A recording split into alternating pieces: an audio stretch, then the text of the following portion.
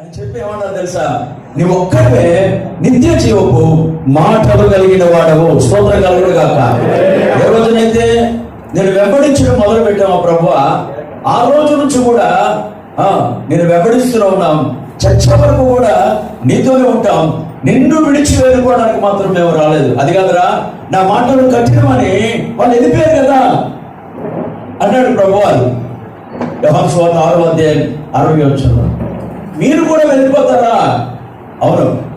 ఈ ప్రశ్న ఒకవేళ కొన్ని సందర్భాల్లో మనకు కూడా అవసరమేమో కదా. ప్రభు మాటలు కఠినము అని వెళ్ళిపోయారట.